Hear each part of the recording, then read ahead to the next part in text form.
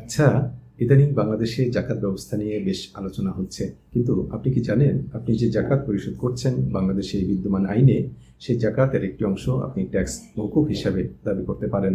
আবার পৃথিবীর অনেক দেশে আপনি যে জাকাত পরিশোধ করছেন তার পুরোটাই ট্যাক্স পরিশোধ করা হয়েছে হিসাবে দাবি করতে পারবেন। আসলে আমাদের দেশে অনেকেই নিয়মিত আমরা জাকাত আদায় করি, আবার একই সঙ্গে আলাদাভাবে পুরোপুরি ট্যাক্সও পরিশোধ করি।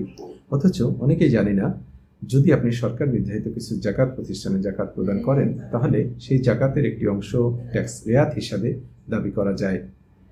শুধু তাই নয়, এখানে অনেক গুরুত্বপূর্ণ একটি বিষয় রয়েছে যা আমাদের অবশ্যই জানা প্রয়োজন। পৃথিবীর কিছু মুসলিম দেশে, ধরুন মালয়েশিয়ার কথাই বলি, সেখানে আপনি যদি 100 টাকা জাকাত প্রদান করেন, তাহলে সেটিকে সরাসরি 100 টাকা ট্যাক্স হিসাবে পরিশোধিত হয়েছে হিসাবে গণ্য করা হবে। অর্থাৎ জাকাত এবং ট্যাক্স দুইটি আলাদা বিষয় না হয়ে এক ধরনের সমন্বিত ব্যবস্থায় পরিচালিত হয়ে থাকে। বিষয়টি একটু পরিষ্কার করে বলছি। যারা ট্যাক্সেশন বা কর ব্যবস্থার সাথে কিছুটা পরিচিত তারা জানেন, সরাসরি ট্যাক্স নির্ধারণ এবং ট্যাক্স রিবেট এক জিনিস নয়। ট্যাক্স রিবেট বা কর রেয়াত বলতে সাধারণত বোঝায় আপনার উপর যে পরিমাণ ট্যাক্স নির্ধারিত হয়েছে, সেই ট্যাক্সের একটি অংশ আপনি নির্দিষ্ট কিছু খাতে ব্যয় বা বিনিয়োগ করলে সেটি ট্যাক্স থেকে সমন্বয় করার সুযোগের নাম। উদাহরণ হিসাবে আমাদের দেশের কথাই ধরা যাক।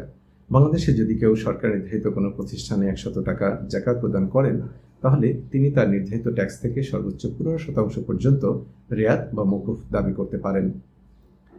যেমন সরকার নির্ধারিত জাকাত ফান্ড, সেন্টার ফর জাকাত ম্যানেজমেন্ট বা এ ধরনের কিছু প্রতিষ্ঠানে আপনি জাকাত প্রদান করলে এই সুবিধাটি পাবেন।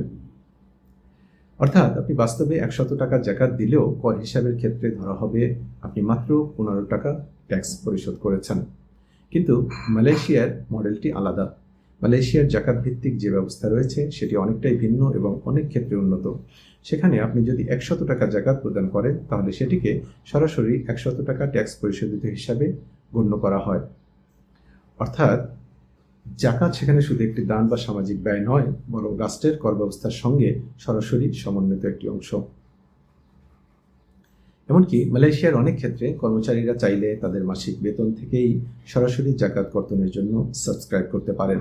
ফলে মাসে মাসে তাদের জাকাত কেটে নেওয়া হয় এবং যখন তারা বার্ষিক ট্যাক্স রিটার্ন ফাইল করেন, তখন সেই পরিমাণ জাকাতকে ট্যাক্স পরিশোধিত অর্থ হিসাবে গণ্য করা হয়। অর্থাৎ যদি কারো নির্ধারিত ট্যাক্সের একটি অংশ জাকাতের মাধ্যমে ইতিমধ্যে পরিশোধ করা হয়ে যায়, তাহলে তাকে কেবল অবশিষ্ট অংশটুকুই ট্যাক্স হিসাবে পরিশোধ করতে হয়।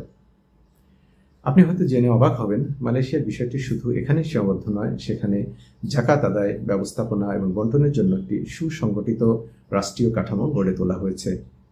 স্টেট জাকাত অথরিটি বিভিন্ন ফাউন্ডেশন, প্রতিষ্ঠান, মাদ্রাসা ইত্যাদিকে আমিল লাইসেন্স প্রদান করতে পারে। এখানে আমিল বলতে বোঝায় যারা জাকাত সংগ্রহ, ব্যবস্থাপনা এবং বন্টনের কাজে নিয়োজিত থাকে।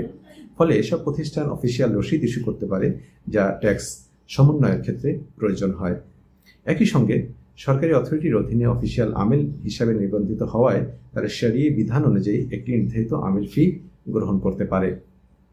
এখানে মূল বিষয়টি হচ্ছে, জাকাতকে যদি সঠিকভাবে রাষ্ট্রীয় নীতির অংশ করা যায় এবং ট্যাক্স ব্যবস্থার সঙ্গে কার্যকরভাবে সমন্বয় করা যায়, তাহলে এটি শুধু একটি ধর্মীয় দায়িত্ব হিসাবে থাকবে না, বরং এটি একটি শক্তিশালী সামাজিক অর্থনৈতিক সুরক্ষা ব্যবস্থা হিসাবে কাজ করতে পারে। এতে দারিদ্র্য হ্রাস পাবে, সম্পদের ন্যায্য বন্টন নিশ্চিত হবে এবং অর্থনৈতিক বৈষম্য কমানোর ক্ষেত্রেও গুরুত্বপূর্ণ ভূমিকা রাখতে পারে। বাংলাদেশের জাকাত ব্যবস্থাকে আরও কার্যকর করার জন্য আপনার কী ধরনের নীতিগত পরিবর্তন দরকার বলে মনে হয়? মালয়েশিয়ার মতো জাকাত ট্যাক্স সমন্বিত ব্যবস্থা কি আমাদের দেশেও কার্যকর হতে পারে? আপনার মতামত কমেন্টে জানাতে পারেন।